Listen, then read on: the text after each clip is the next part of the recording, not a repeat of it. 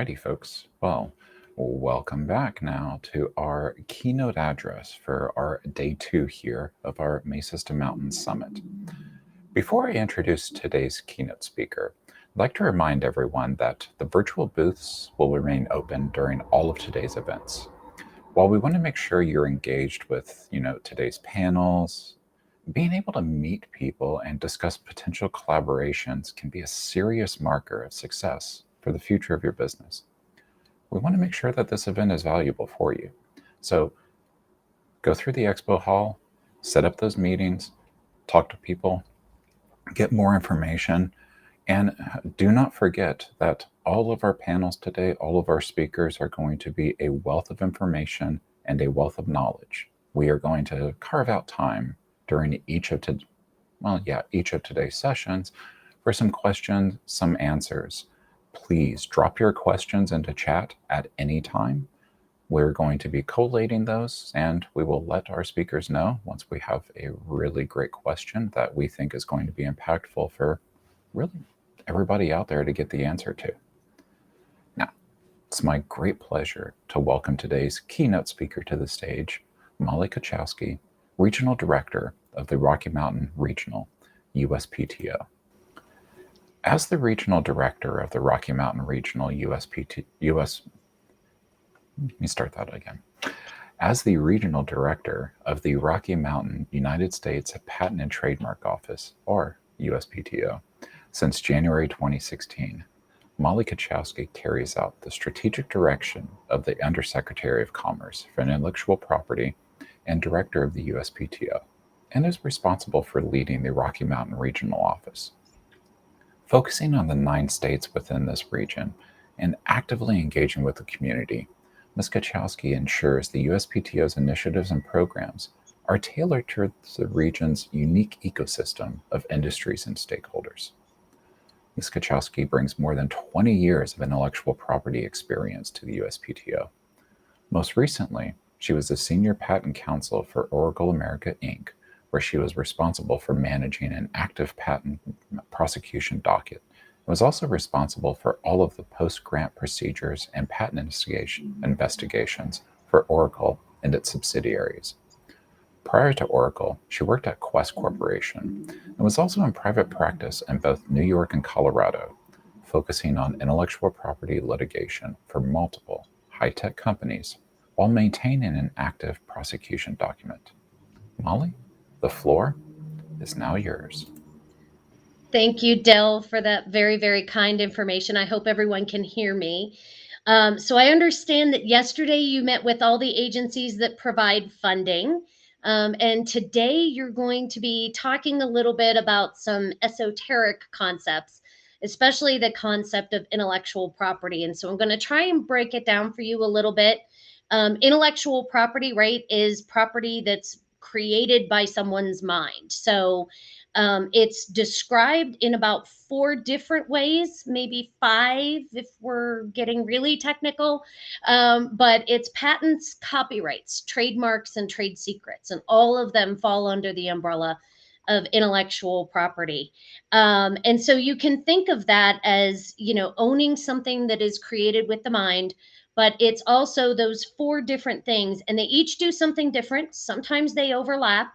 So I don't want the conversation today to, spiral down just to a talk about patents, although that typically is where people start when they start to think about protecting their business, protecting the revenue that they want to generate, and protecting their ideas. So we'll go over, I'm certain over the course of the day, you're going to go over all 4 different forms of intellectual property. But I just wanted to start you there. And I also, part of my background that Dell didn't mention is that I am a fellow New Mexican. I was a caveman when I was in high school, and I was a Lobo when I was in college. So it's very, very nice to work with my fellow New Mexicans on anything that elevates communities. And we're going to talk about how intellectual property actually does that in ways that perhaps you haven't thought about in the past. So we talked a little bit about patents, trademarks, copyrights, and trade secrets.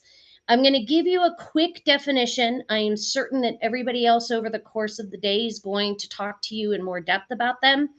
But we're going to start with the one that's zero cost to obtain, although really expensive to maintain, which is trade secret. And that is any competitive advantage that you have in your business that you can keep a secret, right? But you must keep it a secret in order for it to be a trade secret. So you can't tell anybody about it.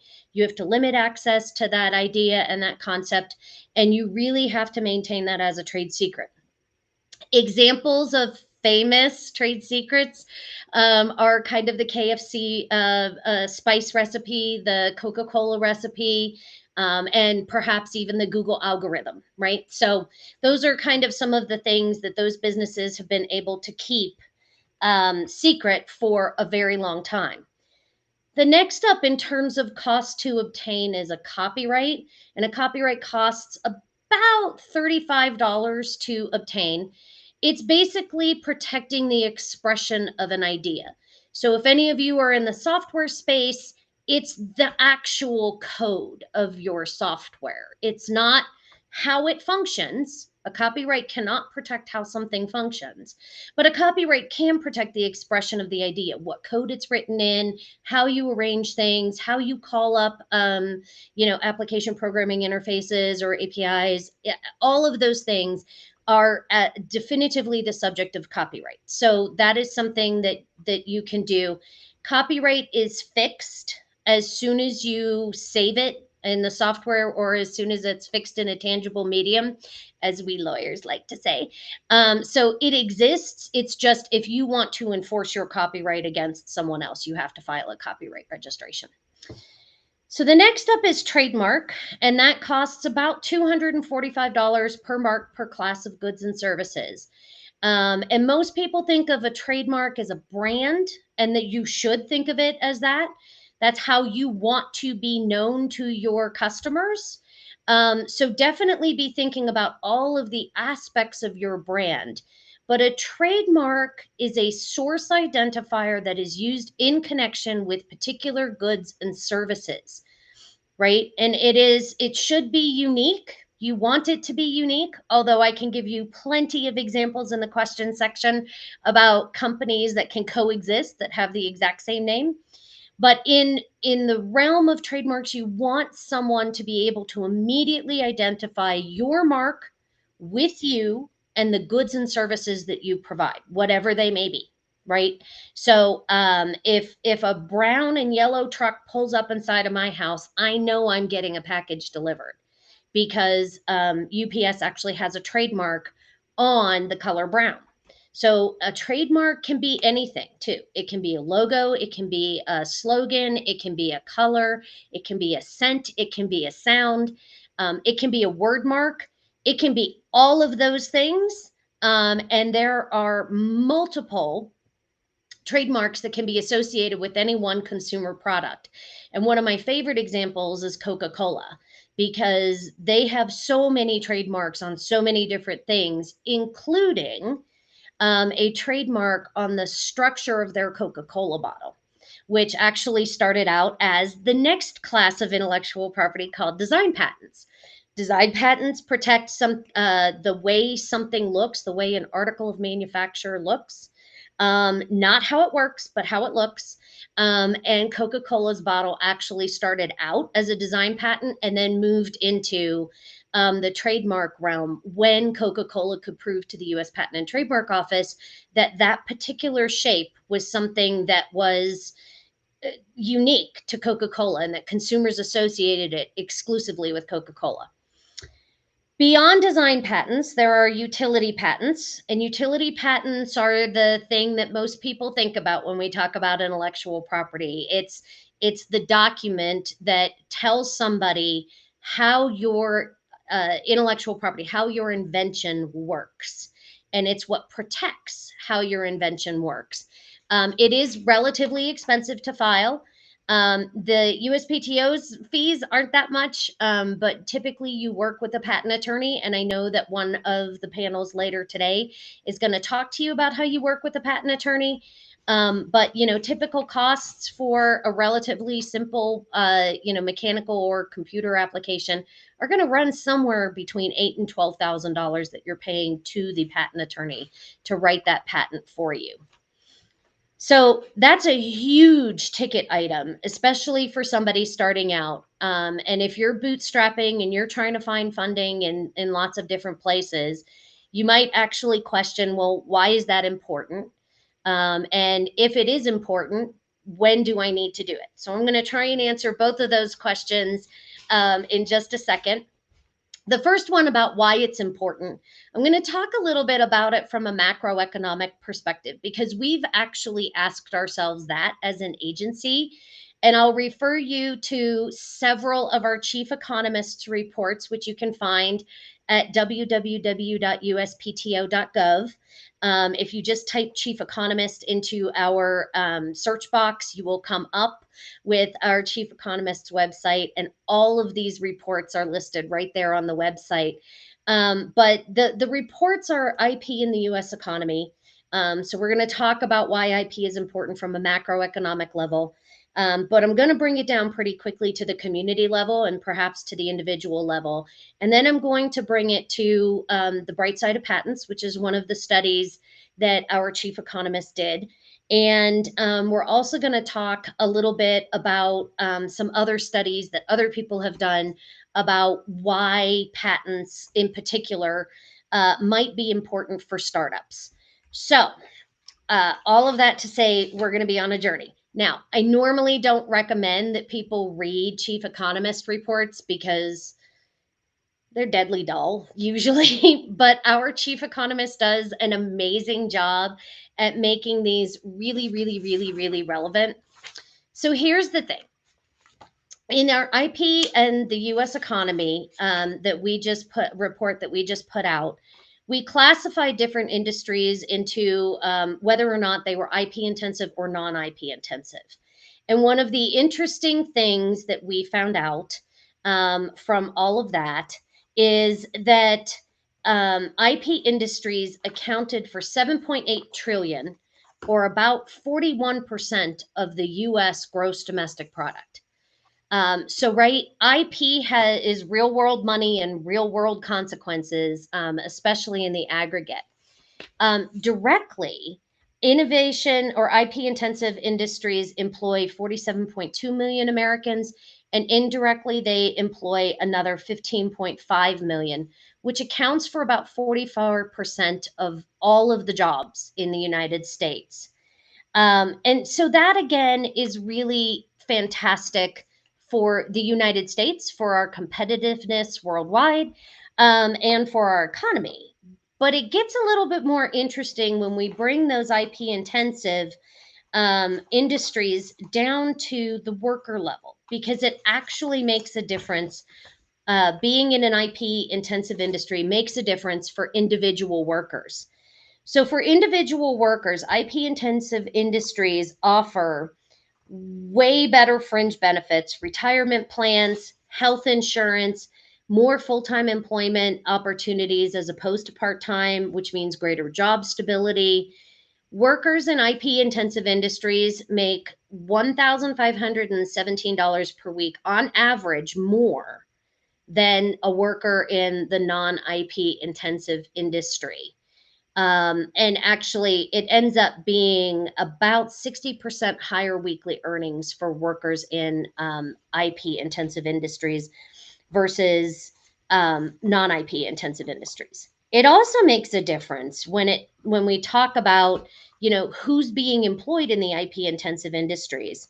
IP intensive industries have a greater percentage of college graduates, a relatively higher percentage of veterans that are associated with those industries. Women and minorities have some work to do, and that's one of the initiatives of the USPTO, is to make sure that we're including everyone in the innovation ecosystem. So I think that's one of the really interesting things. So that's the macroeconomic level. That's the individual worker level. And then I'm going to bring it down to the business level. So as Dell told you from my bio, I've spent my life in corporate America. And one of the things that I always like to say is that IP strategy is actually a business strategy. There's a whole bunch of reasons why you want to pursue intellectual property and in particular patents. So we're going to talk about some of those reasons. But the biggest one, right, is really that it is attractive because all of you, as you start up, are going to be going out and trying to find funding. And I will tell you right now, you stand a much greater chance, much greater chance of actually getting funding if you have intellectual property of some sort. And I'll talk to you a little bit about some of those things. But one of the things that we actually did study in another economic report called The Bright Side of Patents was whether or not a patent made any kind of a difference for a startup. So we asked the question and we were like, okay, how are we going to do this? And we had a couple of people from Harvard and New York schools that actually looked at startups that applied for a patent and what happened to the businesses that got a patent versus what happened to the businesses that didn't. And what they found was the approval of a startup's first patent application increases its employment growth over the next 5 years by over 36%. The effect on sales growth is over 50%. A first patent grant also has a strong causal effect on a firm's ability to continue innovating, increasing the number of subsequent patents as well as the quality of those patents. Approval of a patent application in the first 5 years of a startup's life increases the startup's probabilities of securing funding from VCs by 2.3 percentage points, which I'll talk to you in a minute about why that's really important, but it's actually a 53% increase over the unconditional probability. And patent grants more than double the probability that a startup is eventually listed on a stock exchange. So clearly, right, there's some benefit that a patent, that a patent has for a startup. Interestingly enough, there in 2011, 2010, 2011, there were a number of different studies that were published that talked about, the number of startups that get that come around every year, new businesses that launch, which was around 600,000 that launch in each year. And only about 1,000 of those receive their first batch venture capital funding every year. So that's actually 0.167% of startup businesses receive funding, which is one of the reasons why I'm so happy that all of you were here yesterday in order to learn about how to fund, because that's super important. But interestingly, California Berkeley Law School did a patent study that talked about professional investors, so venture cap firms and people who professionally invest. And if any of you watch Shark Tank, I'm sure you have heard the question, well, do you have a patent? But it's really interesting because Berkeley's patent survey showed that 67% of VC firms indicated that the existence of patents were an important investment decision factor. So, right, you increase your chances of being taken seriously by a venture cap firm if you have a patent. There are some other companies that are in the valley that will not even talk to you until you have a certain number of patents because they want to know that you're serious about your intellectual property strategy. And one of the reasons that that is because intellectual property is that fence around your idea that's going to allow you to protect your revenue down the line. I always say, again, IP strategy is a business strategy. So you need to do what makes sense and acquire the assets that make sense for your business. You will never hear from me that you need a patent because it may not make sense for your business. Whether you're, but there might be some form of intellectual property that you need. One of the most fun cases I ever had the chance to be associated with was a dispute between two restaurant owners that used to be family over who was going to own the restaurant name as it went forward when they were no longer family. So it's really interesting that intellectual property played that big a part in that conversation. So, IP strategy is attractive to investors and buyers. It deters infringement lawsuits, right? Because it shows that you've thought about what is unique about your idea, what is unique about how you do something. It can increase your leveraging power in mergers and acquisitions. One of the things my bio didn't mention is that I used to do all of the acquisitions for the companies that I worked for or the divestitures. And if we were acquiring a company that, didn't have an IP story that made sense, it could alter the letter of intent price, sometimes by as much as 20%. And there's other studies that are out there that show that, intellectual property really is something that is important when we talk about, what a company owns and how they're valued down the line. It really, really does have an effect down the line, even in, if the worst happens and you declare bankruptcy. One of my favorite, examples of that is Jawbone Speakers. When they went bankrupt, their patent portfolio returned 44 million to their investors and buyers. So when you think about intellectual property, you're thinking about creating that asset that is going to bring value to your business while it is operating, or bring value back to your business while it is no longer operating, or is going to be attractive to investors and buyers. So I think that's one of the things that you need to keep in mind as you're thinking about your intellectual property and where you want to be down the road, which hopefully is, and this is where I encourage every startup to think about world domination. Please do. We want you out there. We want you to be successful. You are not alone in this, though. So, right, when you're looking at your business and you're thinking, where does IP rights come into play in my business? They're all over the place, right? So you do want to find someone who can help you identify them, help you protect them, help you devise a strategy for making sure that you do that. But before you do any of that, you really do have to educate yourself. So, in educating yourself, attending things like this, reaching out to the US Patent and Trademark Office. And look, I'm a fellow New Mexican, I'm a fellow Westerner. I know what it sounds like when a federal government official says, I'm here to help, but I am. And so, if you take nothing else away from this keynote, I hope you will take away that you have someone at the US Patent and Trademark Office who can talk to you about the different forms of intellectual property, who can, kind of maybe open your eyes to consider some things and some options that you hadn't considered before about how intellectual property can benefit your business. But I definitely want to leave enough time for questions, because I always like to answer your questions more than just be a face talking to you. So, Dell, do you want to come back on, and are there any questions in the chat?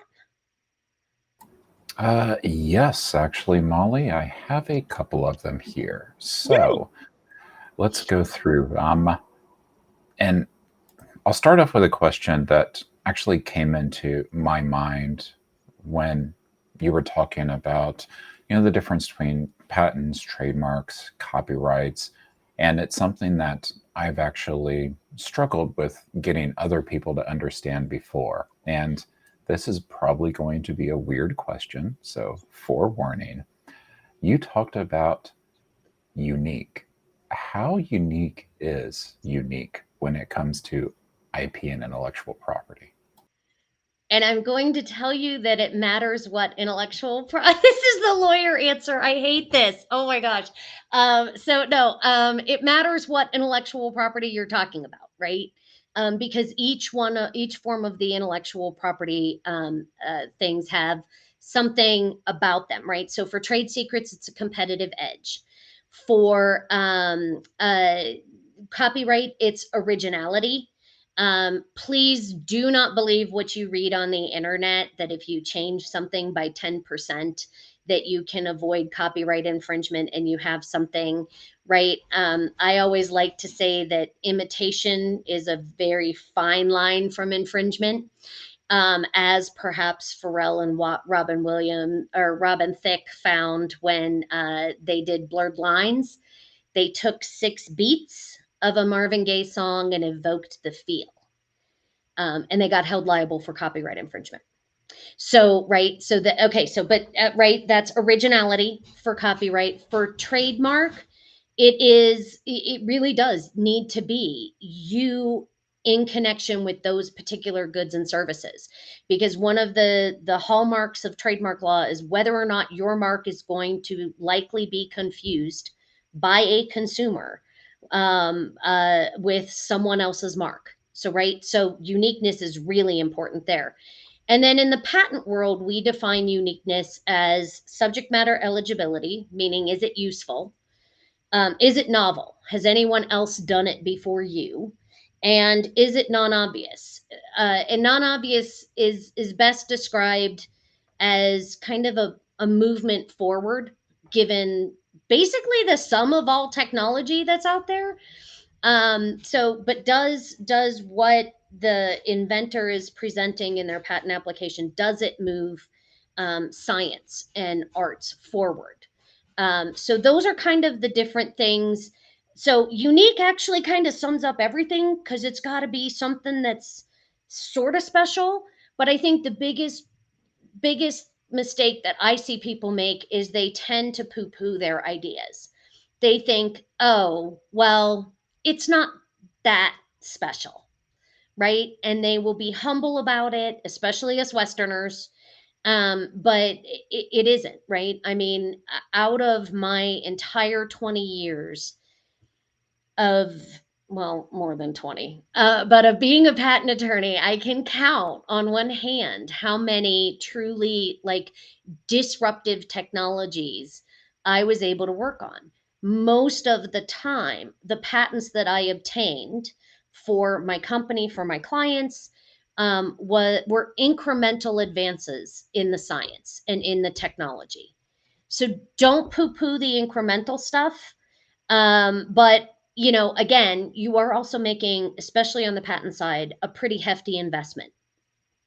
So it's a balancing act.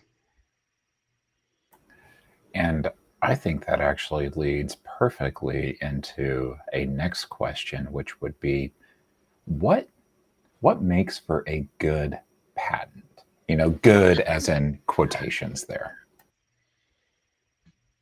So we like to define it as reliability and robustness, right? And it really goes to telling the story. For every patent that's out there, there was a problem that somebody was looking at, and there's a solution. And how do you describe that solution so that it stands up to the test of time? I wish I could give you examples. I'm not allowed to, but I really like if the patent tells a good story about what it is, if it's well drafted, if it is able to lay out all of the statutory criteria, but still make you understand what the inventor was looking at and how they solved that problem. I think those are the best ones, because that's ultimately what a judge and jury is going to be looking for if that patent ever ends up in court. They want to know that the inventor came up with something new and that it helped somebody, and that solution was moved technology forward. So I think that's definitely something. The more plain English that you can make, what we call the specification, which is the description of how the invention works, the more plain English you can make that, the better. There are lots of rules, though, around the claims of a patent.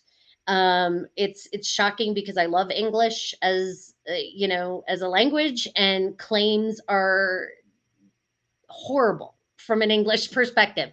But right, those are the metes and bounds of and the boundaries of the patent, and that's what actually describes kind of what's protected. So you really do have to pay attention to those as well. And kind of building off of that, when you talked about patents and kind of highlighting just like what you were saying, is it can be difficult for somebody to get together, the patent information, what they need, how they need to frame it. And you highlighted the fact of it's really good to go out there and get an attorney for a patent, a patent attorney. Would somebody have to do the same thing for, in your eyes at least, a trademark or a copyright, or can they actually do that themselves without using an attorney? So for any of the forms of intellectual property, you actually are not required to have an attorney. So I'll tell you, you can represent yourself in front of any of the agencies. And in fact, the US Patent and Trademark Office has a pro se art unit. We're lawyers, we like Latin, and pro se means by yourself. So, right. So we have a pro se art unit, and those examiners are trained to help the inventor a little bit more, to spend more time with them in helping make sure that they get through, not make sure that they get through the process, right? Because they're still going to do the judgment on whether or not it's ultimately patentable. But it's definitely a different process than we do if somebody is represented by an attorney. But we also recognize that the cost of getting an attorney is really important, and can be a barrier. So we have pro bono programs that are set up all around the nation. New Mexico is covered by Mi Casa Resource Services, which is right here in Denver, Colorado. And if you need their number, don't hesitate to reach out to me. I will definitely put you in touch with them. You have to be under resourced. There is a $50 fee that goes along with getting into the program. Idaho has their own program. Montana is represented by Mikasa Services. And I think Alaska is California Lawyers for the Arts, but I'm not entirely sure. So I think I covered the 4 states that we're promoting this Mesas to Mountain Summit. But definitely, right? If you make less than 300% of the federal poverty level, then please do reach out to us and see if we can't get you into the pro bono program. And that's where the pro bono program will match an under-resourced inventor with a patent attorney, and the patent attorney sometimes, right, will write your application for free. But before you even contact the patent attorney, one of the things that it's heartbreaking for me is when someone comes to me and they say, hey, I have this really great idea. I haven't ever seen it at Lowe's or Home Depot or wherever else. Like, it's not on Amazon, all these other things, but they haven't done a patent prior art search, which you can do for free on our website. My office actually runs a series called Path to a Patent that will teach you how to search for prior art for free. And if you haven't done that for your idea, please, please, please do that. The US Patent and Trademark Office issues about 330,000 patents a year. And patents have a lot of different purposes, like I talked about. Sometimes it's leverage, sometimes it's blocking, sometimes it's definitely protecting certain avenues of revenue for companies. So it may already be, your idea may already be patented. And that's the most heartbreaking conversation, is when someone comes to me and they're like, well, the examiner found this piece of prior art that's perfect. It's dead on. And they hadn't done the patent prior art search. So before you see an attorney, do a prior art search, make sure that no one has patented it beforehand. And then when you're looking for an attorney, make sure that the attorney has a background in your technology area. So here's one of the things. Every single person who is a registered patent attorney has a hard science degree. Engineering, science, something along those lines. For example, I was a chemical engineer before I went to law school. Now, think about engineering school, think about law school. It says something about our personalities, but we're also really proud of the fact that we did both of those. So we will tell you in great detail what we did. And every single lawyer who is accepting clients that works for a law firm, they actually have a bio on their website. So at the US Patent and Trademark Office at www.uspto.gov, you can see whether or not someone is a registered patent attorney. And then if you look up their name online, it will tell you they will tell you in great detail what cases they've worked on, what background they have, what technology they've protected other people's inventions in. Definitely do your homework. You should be looking for someone who can partner with you and who understands. your technology, because the worst place you can be is to teach your attorney about your technology. You don't need to pay them for that. And I think that actually leads into a really great next question here is, Molly, what happens if my patent is rejected? Well, so it's probably going to be in the first instance, right?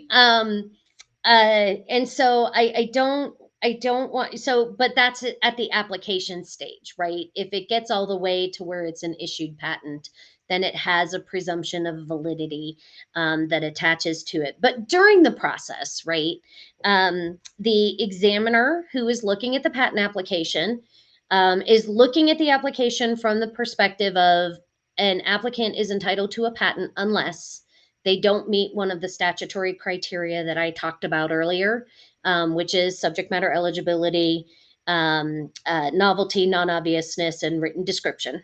Right. So those are the four statutory categories.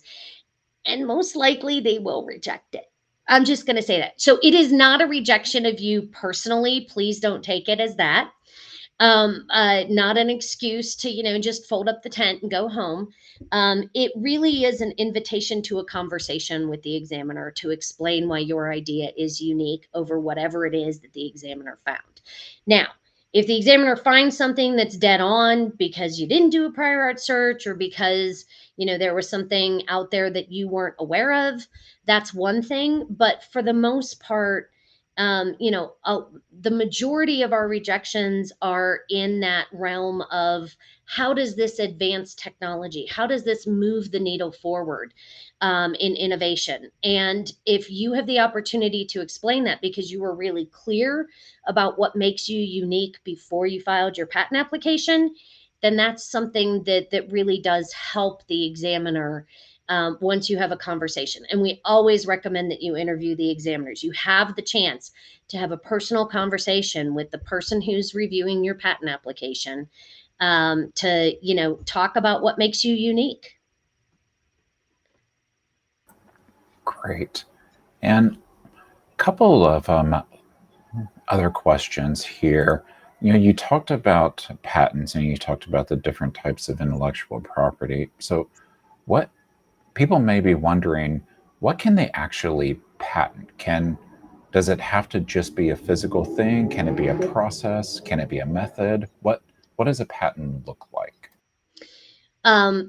Gosh, we can spend lots of time on this one, but it can be an article of manufacture, it can be a physical object, it can be software, it can be a process, it can be actually plants are able to be patent protected under the plant patent.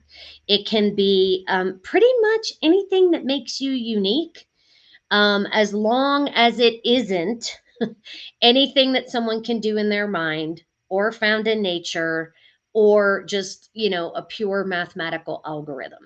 So I think that, the subject matter of everything, and I'll give you examples.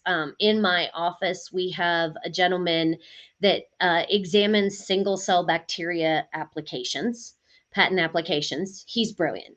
Um, and we have another brilliant examiner who examines pillows. So it really does run the gamut. Anything that can be sold, anything that can be, monetized or profited, all of those things are the subject of intellectual property and especially utility patents.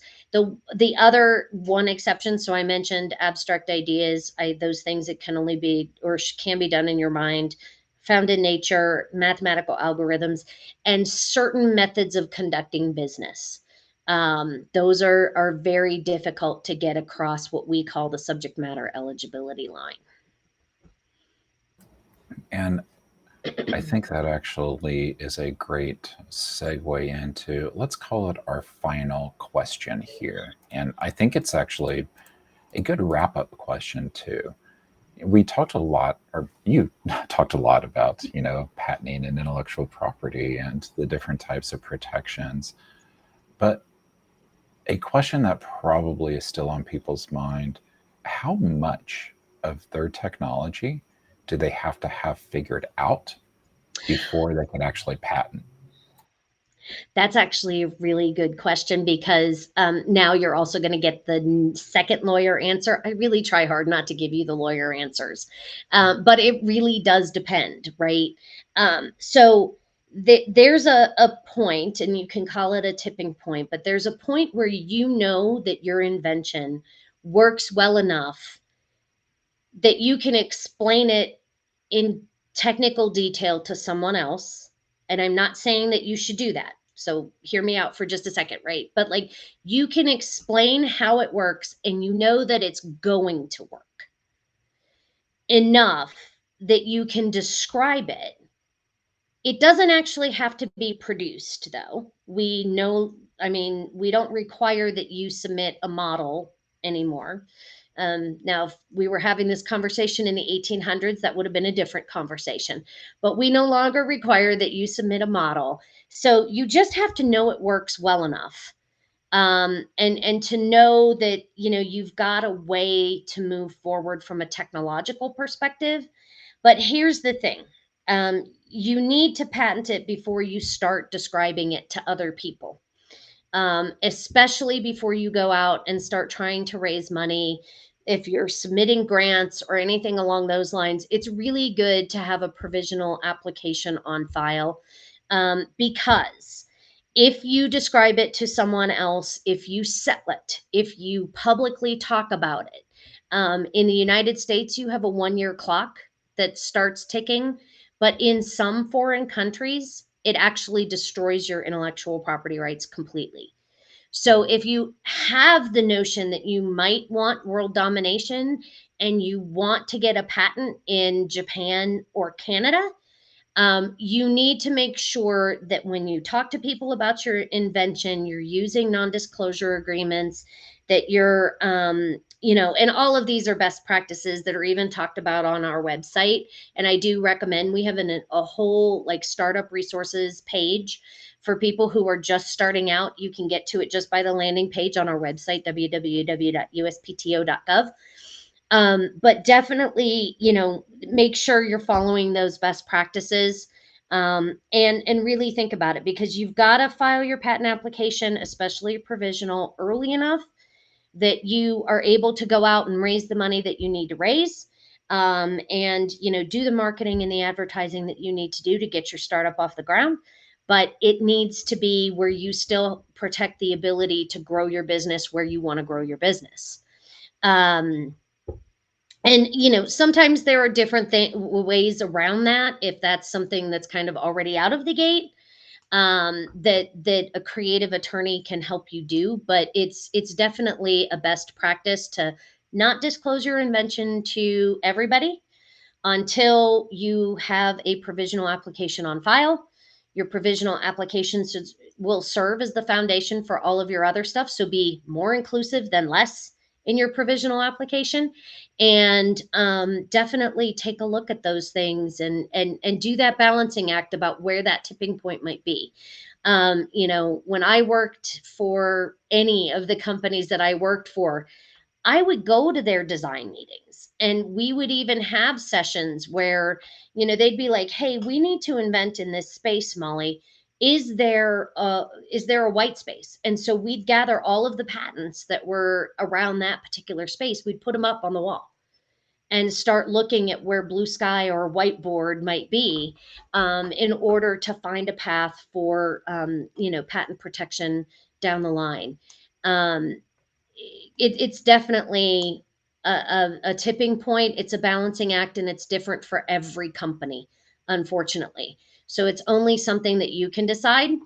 But I definitely recommend making an informed decision about that, and doing what you can to protect your eventual ability to file intellectual property rights. Thank you very much, Molly. And I think that provides the perfect segue to our next session, which we do have to move into. But you gave some amazing comments, you gave some amazing answers there, and a really, really great keynote. Our Will you be able to answer questions if people send you a message in the platform if they weren't able to get Absolutely. their question answered? Okay, So they can send it to me in the platform if they want to, or you can directly address it to me if you go to www.uspto backslash Denver. You will find me, and don't hesitate to shoot me an email if you're ever in Denver. Come by and see the office. We love visitors, and don't hesitate to reach out. Again, I recognize as a fellow New Mexican and Westerner that federal government official saying we're here to help is something that causes maybe a little bit of suspicion there, but we really are. We really want to walk with you on your IP journey. great. Thank you again, Molly. And now we are going to transition everybody into our next panel here. Molly gave a perfect kind of encapsulation of some of the things that you want to be doing, some of the things you want to be thinking of. We're actually going to dive into that in our panel now, Protecting Your Future. So we are going to go dark for just 30 to 45 seconds while I get that panel going. Thank y'all.